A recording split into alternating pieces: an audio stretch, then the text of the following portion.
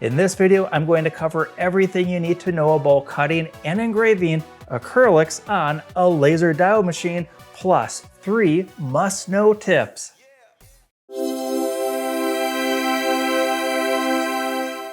Hi everyone, and welcome to the Laser Channel where we learn, create, and share. My name is Greg, and let's jump into this right away with the 2 different types of acrylics that we could be looking at. There's going to be extruded acrylics and cast acrylics, and this brings up the first must-know tip, and that we always want to use cast acrylics. Everything that you see on the table is all cast acrylic.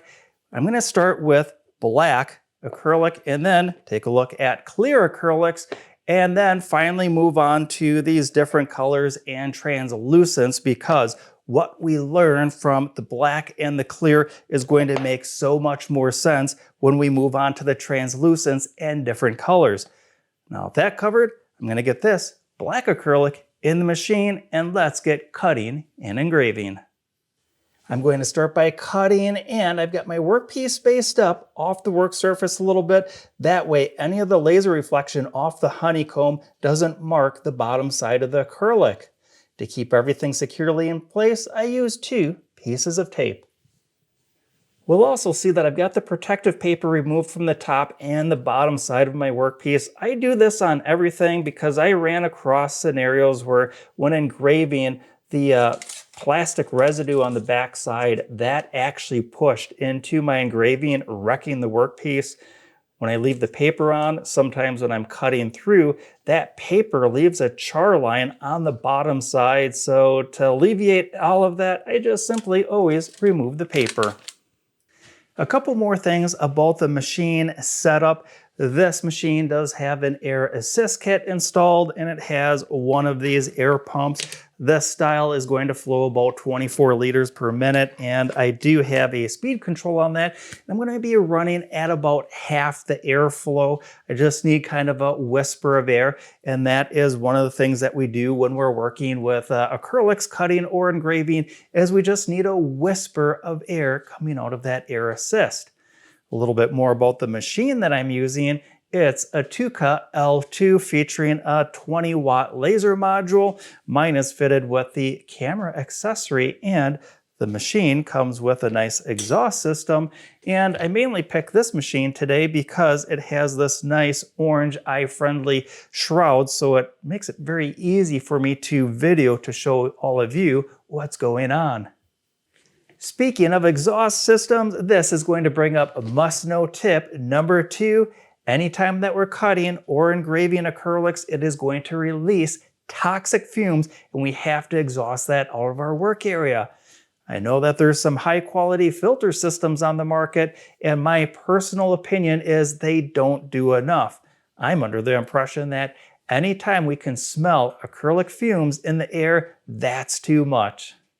In Lightburn software, I've got the camera overlay updated in the workspace. This makes really short work of putting my happy little square over the work material. Just like any cutting, I'm going to be using a fairly high power level at a low speed. For my 20-watt laser module, I'm going to try the settings of 8 millimeters per second at 95% power. Your settings are most likely going to be very different, whether you're running a 10-watt laser module or a super powerful 70-watt laser module. It's also going to depend on how well your machine is focused, how clean the lenses are, and the specific material that you're working with. And just like any new material, I do recommend running a materials test chart to get your optimum settings. And with that, let's do our first cutout.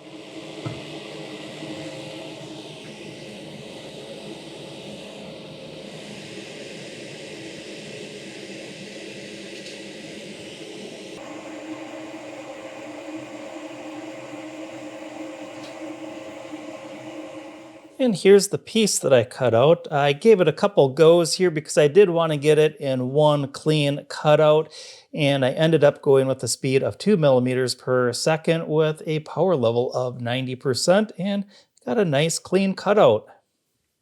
The laser machine successfully cut the black acrylic in one slow pass with a nice clean cut edge. Next, I'm going to engrave the phrase, the laser channel, using the speed of 75 millimeters per second at a power level of 50%. And just like when we were cutting, I do recommend running a materials test chart to find the optimum settings for your setup. With that, let's check out the engraving.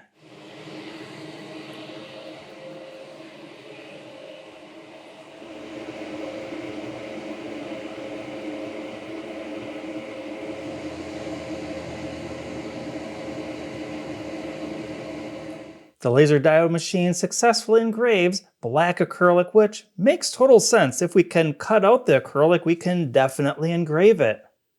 If you find that you're getting some what looks like shadowing inside of your engraving, try running a little bit faster or lower power level. You can also try increasing or decreasing the lines per inch or interval per millimeter. Cutting and engraving black acrylic works really well with a laser diode machine. Next up, we're going to try and cut this clear acrylic. I'll get this set up in the machine, get some settings in the light burn software. Just like the black acrylic, I have this material standing up off of the honeycomb.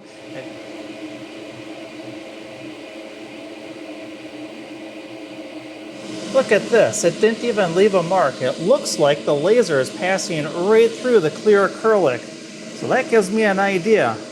I'm going to put a yellow post-it underneath the engraving area and see if the laser is striking the paper underneath.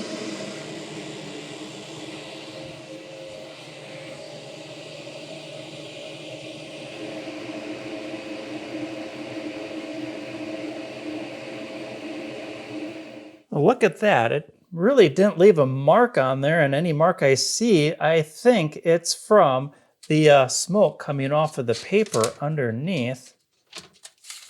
Right here, because look at that, we just burned a great big hole in that paper. So the laser, when we try and cut clear acrylic, just isn't going to work. The laser passes right through. Maybe the camera will pick this up. There's a faint line of that square that we're trying to cut, and that's only there because of the smoke that was coming off of the post-it. That smoke was sticking to the back side, allowing the laser to hit that smoke residue from the paper to kind of transfer and engrave that square cutout on the back side. So pretty cool, but yeah, the laser is just not going to cut clear acrylic. Normally we would say if we can't cut it, we can't engrave it, but knowing that I can put something behind and do what I call is a transfer engrave, we'll be able to engrave clear acrylic. I'm going to get the machine set up and I'll show you how to do that. Well, this looks pretty different. Let's check out what I've got going on here. I started out by making basically a sandwich here. The bottom layer is going to be something flat. I like to use aluminum or stainless steel, works very well. And the secret ingredient is going to be this piece of black poster board. The darker the black poster board, the better this method's going to work. And then finally, on the top, I have the clear acrylic. The key is to make sure that all three layers are tight to one another, and that I'm doing with 2 pieces of tape. The focus is set down to the top of the poster board and not the clear acrylic. I'll go in light burn, put some settings in there, and we'll see if we can start to transfer engrave onto clear acrylic. Inside light burn, I have the phrase, the laser channel once again for this transfer engraving. I'm going to start out with some settings of a speed of 100 millimeters per second with a power level of 80%. And once again, with any process, the best way to get the best settings is to run a materials test chart. This, I'm just tossing some settings in there, and we'll see if we can start transfer engraving onto this clear acrylic.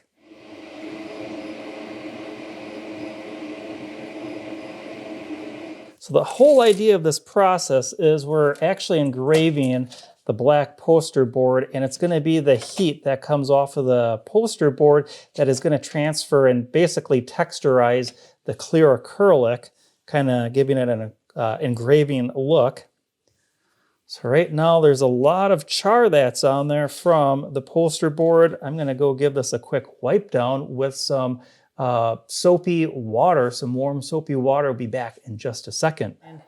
hopefully the camera will be focusing on my hand and we can see some of the engraving here. This doesn't look all that good, but we are able to kind of transfer and engrave. I do have a lot of the charring on the back side here that is not washing off. And I also have a couple little pops and crackles right here, which is a good indication that I was using too much power or going far too slow. So I'm going to set this all up once again, and I'm going to increase the speed from 100 millimeters per minute up to 150, and we'll see what kind of results we get then. Looks like I'm going to have to put my hand behind so that we can see it better. This top one is the first one that was far too much power. The other way we can see that is too much power is I can look at the poster board, this top line, and engraved all the way through again, indicating just running far too slow. The one that we just did, though, this bottom line, is looking a lot better. However, the power level is just too high yet because I did hear a crackle and pop. And I think we can see that as two black spots right here and here, which is another indicator that I'm just running a bit too slow yet. This is a completed project from our previous video where I used this exact clear acrylic transfer method, and we get really cool results just like this. Using the transfer method, we can, in fact, engrave on clear acrylic to make fun projects just like that one. We saw during the cutting and the engraving that I didn't have the perfect settings right away, and I did that purposely. I wanted to share with you that even for me, it takes time, it takes perseverance, and most of all, patience to get good settings to use with my machine and the materials that I'm using. My third must-know tip is for clear acrylic that we just saw. A laser diode machine absolutely will not cut clear acrylic. It's just the wrong type of laser for this type of a task. And it doesn't matter if I have a 10-watt laser or a 70-watt laser. It's just the wrong type of laser for the job. And I know some of you have asked in the comments from other videos, what about leaving the paper on? What about putting temper paint on? Will that cut the clear acrylic? It will not, because once again, once I cut through that masking agent or that transfer agent, once the laser hits the clear acrylic, it shoots right through because the laser sees clear acrylic just like we do. Perfectly clear. I'm sure a lot of you are going to be wondering, Greg, how did you cut this big hole out and these little project pieces, let alone this thick piece of acrylic we saw at the very beginning of the video that has a hole cut clean through, knowing that a laser diode machine can't cut clear acrylic? I'm going to cover how I cut this out at the very end of the video. I think this layout's going to be the easiest way to illustrate color and translucent acrylics. Over on this side, we have black that easily cuts and engraves. On the far side, we have the clear that will not cut and will not directly engrave unless we use that transfer method. And in the middle, we've got these, which actually I'd kind of place them a little bit closer to the clear side. And this brings up the specific question of what colors and what level of translucency is going to be compatible with a laser diode machine. And as I talked about earlier, there's so many variations in the power levels and the setup of the laser machine. Really, the best way is to order a small sample and then run a materials test chart to see the best settings that the machine has with the material. Have people created really awesome looking projects using clear acrylics and color acrylics?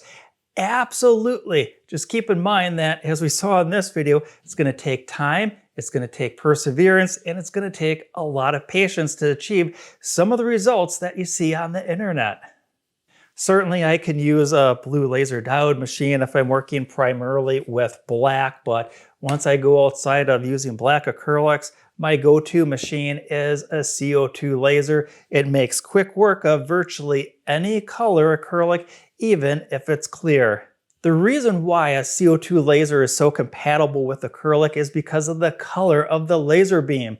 See, the CO2 laser machine is going to see clear acrylic as opaque, like this black piece of acrylic, which makes it Such a joy to work with when doing acrylic projects. On the laser channel, I am so fortunate to actually have several CO2 laser machines. This one happens to be one of my favorites. It's the Reno Pro 45 watt laser by Monport. When working with acrylics, I recommend when using a laser diode machine, just sticking to the simple black acrylics, whether it's a gloss finish or a matte finish. And then if you want to work on some of those neat LED night lights, we can use that transfer method on this clear acrylic. And certainly some colors of acrylics are going to be kind of compatible with a blue laser diode machine. But if you want the ultimate with working with acrylics and clear acrylics, translucent acrylics, definitely go with a CO2 laser machine. If you've got some tips or tricks, or if you think that I skipped something, let me know down below by leaving a comment. Thanks for joining me in this video. I had a lot of fun creating this content for all of you. And don't forget to give this video a like, subscribe to the channel, or ring that notification bell. Not only is it a great way to help the laser channel grow, it's an awesome way to connect content like this with other great viewers just like you. Well, until we meet again in the next video, learn, create, and share.